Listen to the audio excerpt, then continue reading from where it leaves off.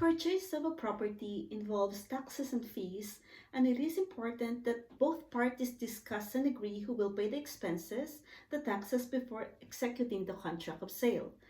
Now, usually in the normal business transaction of a purchase of land, the capital gains tax will be for the account of the seller.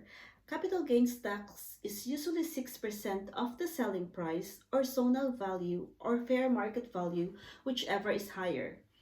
Also, for the account of the seller would be the business tax as applicable, meaning the rate depends on the local government where the property is located. Now, what are the taxes that would be for the account of the buyer? First would be the documentary stamp tax, which is 1.5% of the selling price or zonal valuation, whichever is higher. Then another would be the transfer tax, which ranges between 0.25% to 0.75% of the selling price or zonal valuation, whichever is higher. And the real estate tax, which is calculated from date of full payment for the remaining parts of the year. And for the issuance of a new title, the registration fee, which is graduated rate based on the selling price. Now, in line with the amended or the new tax code, which is the train law, there will be no zonal valuation adjustment of properties unless published or posted.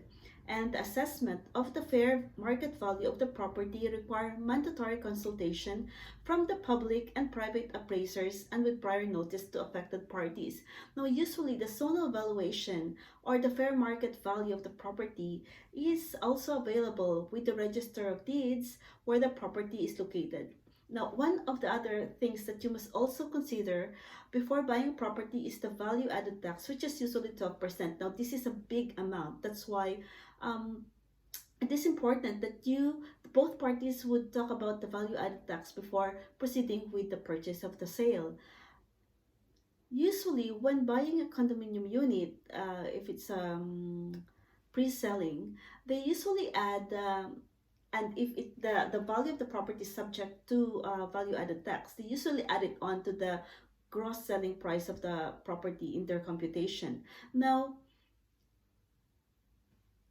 if in accordance with the new train law, there are some properties that are VAT exempt, meaning if in the course of the sale of a residential lot, the purchase price is 1.5 million and below, then that sale is not subject to the VAT, or there will be no 12% tax imposed on that sale.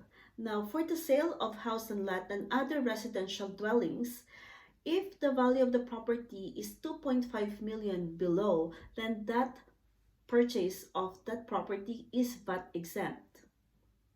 Beginning 2021, the threshold of VAT exempt sale of house and lot and other residential dwellings will be 2 million, and the sale of low-cost housing and sale of residential lots will now be subject to VAT. So I suggest that probably it's best to purchase property before this new law comes into effect.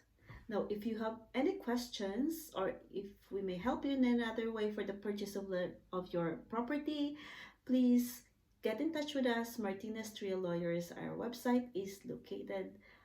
Just click on the link below. Thank you.